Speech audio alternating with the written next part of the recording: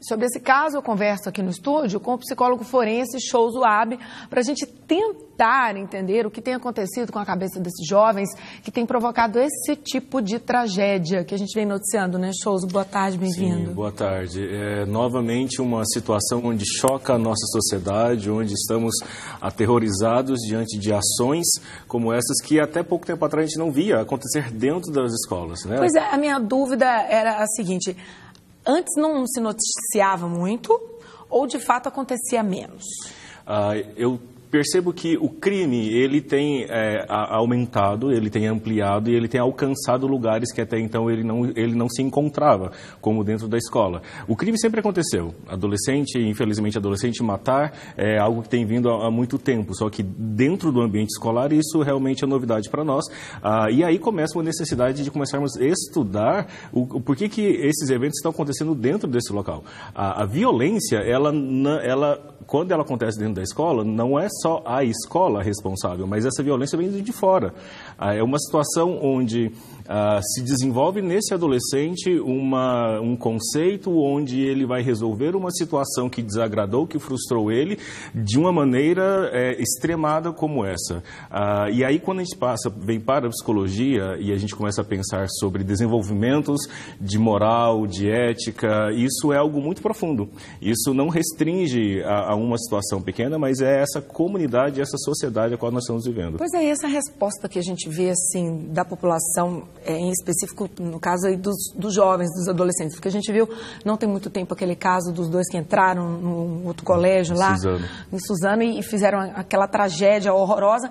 Logo em seguida, a gente teve notícia de casos falsos aqui em Goiás, de alunos que brincaram com uma situação dessa pelo WhatsApp, né, criando grupo e colocando as pessoas assim aflitas.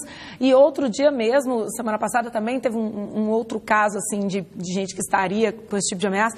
Então, o que está acontecendo? O jovem não está sabendo lidar com a situação e vê uma situação dessa e ainda acha que ele pode fazer igual? Porque a gente vê a tragédia, em vez de pensar assim, nossa, que horror, eles estão pensando, não, vou fazer também. Michele, nós estamos diante de uma situação assim. Parece que o adolescente não está conseguindo mais ser frustrado. Ou quando ele é frustrado, ele reage dessa forma extremada. Uma das questões que nós perguntamos dentro da psicologia é por que essa juventude não consegue lidar com a frustração como nas outras gerações passadas?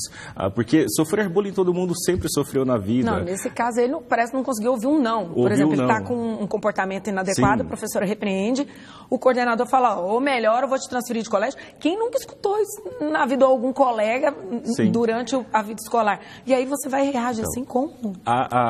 O início dessa problemática é algo natural que acontece em todos os lugares. Agora, a forma de lidar com isso, aí nós temos que entender como que a nossa sociedade está ensinando para esse adolescente resolver os seus problemas.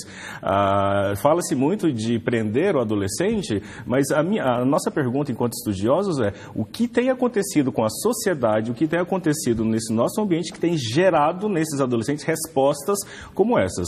Porque essas respostas, elas são geradas a partir dos princípios e valores que você vai adquirindo. E eu fico pensando na família, né? Nessa criança, nesse adolescente, a mãe e o pai desse adolescente, quanto que estão sofrendo em relação a isso, e a responsabilidade não recai apenas sobre eles, recai sobre uma sociedade inteira. Pois ela, em depoimento, Chouso, ela falou que já havia falado com o filho para não andar com más companhias. Sim. Aí disse que ele falava que não estava andando com nenhuma companhia ruim. E ela disse que eles têm muita dificuldade financeira, trabalham muito, o pai é pedreiro, enfim. E ela disse que estava com muita vergonha dessa situação, mas ela ainda assim, claro, sendo filha, ela tentou proteger, tentou ajudar ali, que ele ficasse ali escondido nos parentes até ver em que situação. Esse fato dos pais estarem ausentes, porque tem que trabalhar o dia inteiro, você acha que isso de alguma forma está interferindo nessa formação da personalidade, do caráter aí dos filhos que acabam ficando meio que soltos? Sim, o fato dos pais trabalharem sempre foi uma realidade muito grande no Brasil e hoje, antigamente a mãe ainda ficava dentro de casa, né, a grande maioria, mas hoje a mãe tem que sair e os pais geralmente têm 1, 2 empregos cada um para sustentar 1, 2 filhos.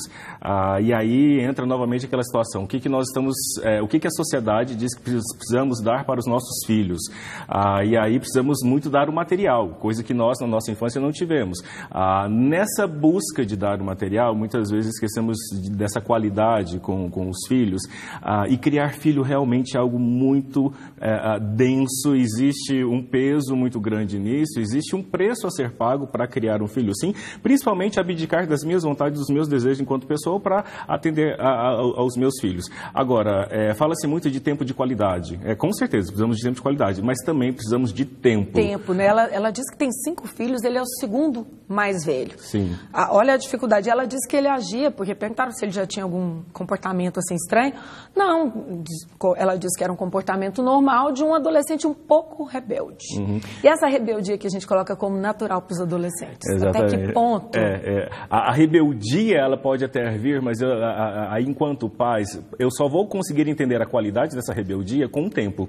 Não adianta achar que ver o filho 1, 2 vezes por dia, eu vou entender a complexidade dessa rebeldia. Tem rebeldia que não vai fazer mal e faz até parte, mas tem rebeldia que está fazendo realmente toda essa problemática. E, novamente, é um problema social. Isso não é um problema pontual. Porque, olha só, se fosse pontual, já aprendemos esse adolescente e teria, então, que ter sido resolvido, se o problema fosse só o adolescente. Mas não, aprendemos esse adolescente, daqui a pouco está vindo outros casos, ou seja, se não interferirmos nessa sociedade, essa problemática ela vai continuar ampliando, aí achamos que a solução seria só punir.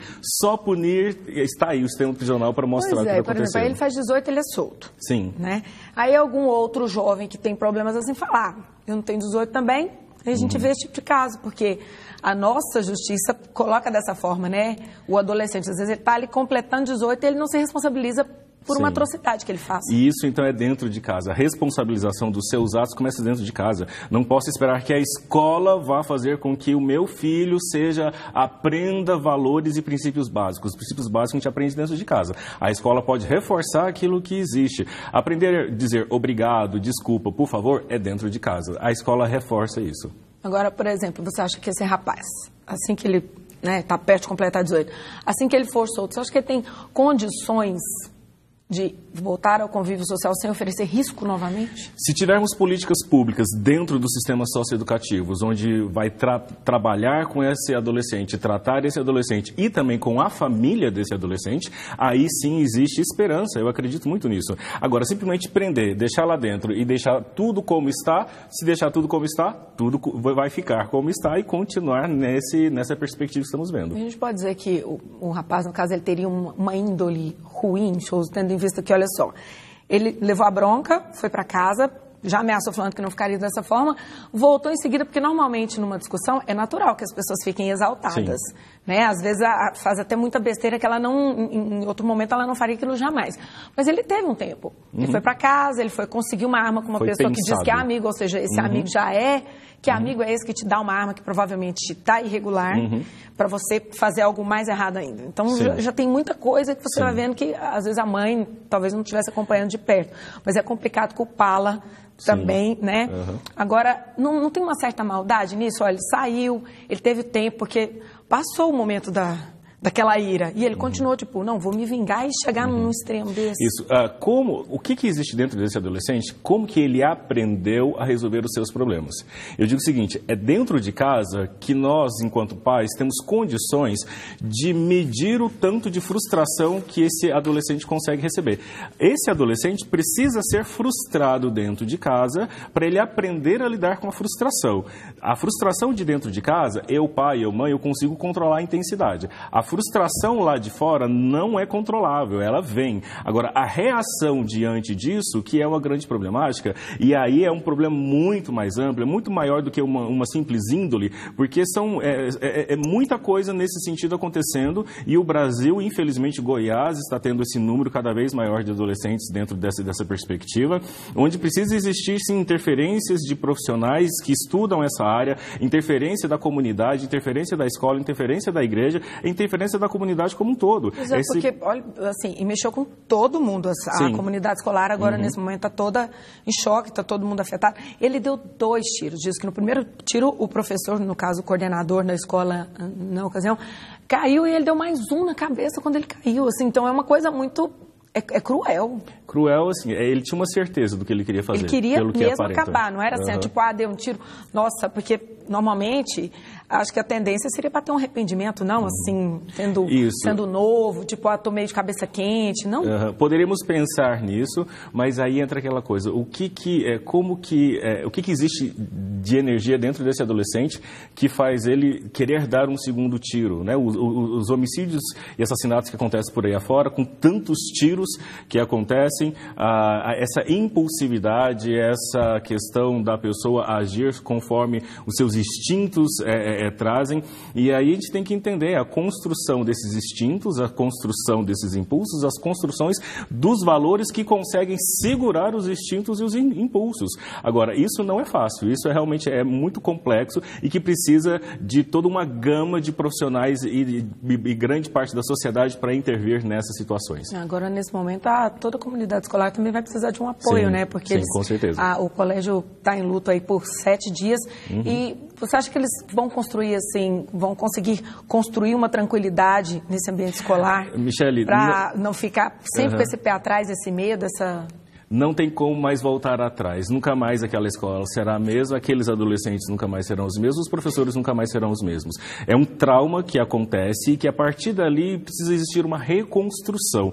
E aí psicólogos e pedagogos precisam sentar e estudar como essa reconstrução pode ser feita de uma maneira saudável, com que não gere um prejuízo cognitivo, mental, emocional, de uma saúde mental naquela comunidade como um todo. Tá certo. Show Zoab, que é psicólogo forense, muitíssimo obrigado por ter estado aqui com a gente e mais uma vez tentado explicar para a gente essas loucuras que a gente vê acontecendo na sociedade. Muito obrigada. Ótima tarde. Obrigado.